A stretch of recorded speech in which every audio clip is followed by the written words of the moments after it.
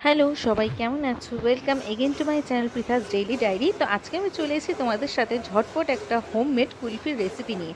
কলকাতায় যা গরম পড়েছে তাতে আইসক্রিম বা কুলফি খেতে তো অলওয়েজ ইচ্ছাই করছে, কিন্তু সব সময় আর কি হাতের কাছে তো পাওয়া যায় না। তার থেকে বেটার ঝটপট যদি ঘরে বানিয়ে নেওয়া যায়, তো সেই রেসিপিটাই আজকে আমি তোমাদের সাথে শেয়ার করতে চলেছি। তো প্রথমেই আমি 200 গ্রাম দুধ নিয়ে নিয়েছিলাম আর সেটাকে ভালোভাবে ফুটিয়ে নিচ্ছি। আর চারপাশ থেকে মালাই বা দুধের সর যেগুলো হচ্ছে সেগুলোকে কাছেই গেছে, কিন্তু আমি দুধের ভেতর দিয়ে নিচ্ছি যতক্ষণ না দুধটা প্রায় 1/3 মতো ফুটে ঘন হয়ে যাচ্ছে। নেক্সট আমি এর মধ্যে দিয়ে দিচ্ছি আমুল গুঁড়ো দুধ, মোটামুটি 3 থেকে 4 চা চামচ। তোমাদের বাড়িতে যদি অন্য কোনো ক্রিম থাকে, মিল্কমেড থাকে, বা যদি কোনো দুধের সর থাকে, সেটাও কিন্তু তোমরা এর মধ্যে অ্যাড করতে পারো। আমার কাছে যা ছিল তাই দিয়ে আমি কাজ চালিয়ে। নেক্সট আইটেম হচ্ছে এলাচ গুঁড়ো। আমি গোটা এলাচ মিক্সিতে শুকনোভাবে গুঁড়ো করে নিয়েছিলাম, যেটা হচ্ছে গিয়ে তোমার কুলফিতে স্বাদ, গন্ধ এবং ফ্লেভার সবকটাই অ্যাড করবে। তো তোমরা দেখতে পাচ্ছ মিক্সিতে একবারে মিহি করে গুঁড়ো করে নিয়েছি, যেটা আমি দুধের মধ্যে মিশিয়ে দেবো।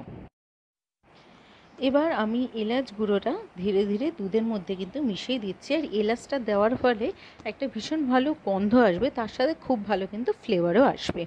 আর এইটাকে দুধে দেওয়ার সাথে সাথে ক্রমাগত কিন্তু দুধটাকে নেড়ে যেতে হবে, নইলে কিন্তু দুধের নিচটা লেগে যাবে। এভাবেই দুধটা নাড়তে নাড়তে কিন্তু দুধটা প্রায় হাফ হয়ে যাবে।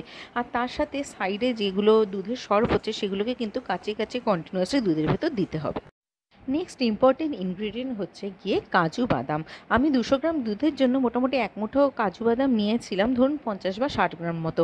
আপনারা আপনাদের ইচ্ছে মতো এটাকে বাড়াতে বা কমাতে পারেন, কিন্তু এটা স্কিপ করা একদমই চলবে না, তাহলে কিন্তু দোকানের মতো সেই টেস্টটা পাওয়া যাবে না। তো আমি কাজু বাদাম মোটামুটি শুকনোভাবে গুঁড়ো করে নিয়েছিলাম। এবার কাজু বাদামের গুঁড়োটা আমি দুধের মধ্যে কিন্তু মিশিয়ে দিচ্ছি, আর মিশিয়ে দিয়ে কন্টিনিউয়াসলি পুরো দুধটাকে কিন্তু নেড়ে যেতে হবে, যাতে কাজু বাদাম কোনোভাবেই লাম্প না হয়ে যায়। যদি কোনোভাবে কাজু বাদাম লাম্প হয়ে যায়, তাহলে আপনাদের পুরো মিক্সচারটাকে ঠান্ডা করে আরেকবার কিন্তু মিক্সিতে পুরো পেস্ট করে নিতে হবে, যাতে কোনো ধরনের লাম্প না থাকে। লাম্প থাকলে কিন্তু এটা খেতে মোটেই ভালো লাগবে না। তো আপনারা দেখতেই পাচ্ছেন এই দুধটা এখন কাজু বাদাম দেওয়ার পরে আরও কতটা ঘন হয়ে গেছে। এবার আমি পৌঁছে গেছি কুলফি তৈরি করার একেবারে লাস্ট পর্যায়ে। কুলফি যাতে ঠিকঠাকভাবে জমাট বেঁধে বসে যায়, তার জন্য এবার সামান্য গরম জলে আমি 1 চামচ মতো কর্নফ্লাওয়ার গুলে নিয়ে দুধের মধ্যে মিশিয়ে দিলাম। এবার আবার দুধটাকে ভালোভাবে আমি কিন্তু ফুটিয়ে মিক্সচারটাকে মিশিয়ে নিচ্ছি পুরো দুধের সাথে। গ্যাস থেকে দুধের মিক্সচারটা নামিয়ে ঠান্ডা করে এবার আমি একটা টিফিন বক্সে এবং একটা কেক মোল্ডে দিয়ে দিয়েছি, যেহেতু আমার কাছে আলাদা করে কোনো কুলফি মোল্ড ছিল না। তোমরা কিন্তু ইজিলি এটাকে কুলফি মোল্ডে বসাতেই পারো। তারপরে 6-7 ঘন্টা ডিপ ফ্রিজে রাখার পর আমার কুলফি কিন্তু একদম রেডি হয়ে গেছে, দেখতেই পাচ্ছ। টিফিন বক্সেরটা শ্রমিক আগে খেয়ে ফেলেছিল, তাই সেটাকে প্লেটিং করা আবার দেখানোর সুযোগ কিন্তু আমি পেলাম না। যাই হোক, আমি এবার মোল্ড থেকে পুরো কুলফিটা বার করে তোমাদের সামনে দেখাচ্ছি যে ঠিক কত সুন্দরভাবে আমার কুলফিটা বসেছে, আর যার টেক্সচারটাও কিন্তু পারফেক্ট হয়েছে। ওপর থেকে জাস্ট আমি একটু ওই এলাচগুলো ছড়িয়ে দিয়েছিলাম। তোমরা চাইলে এর উপরে আমন্ড, পেস্তা এসবও সব কিছু কিন্তু দিতে পারো। ব্যাস, আর কি।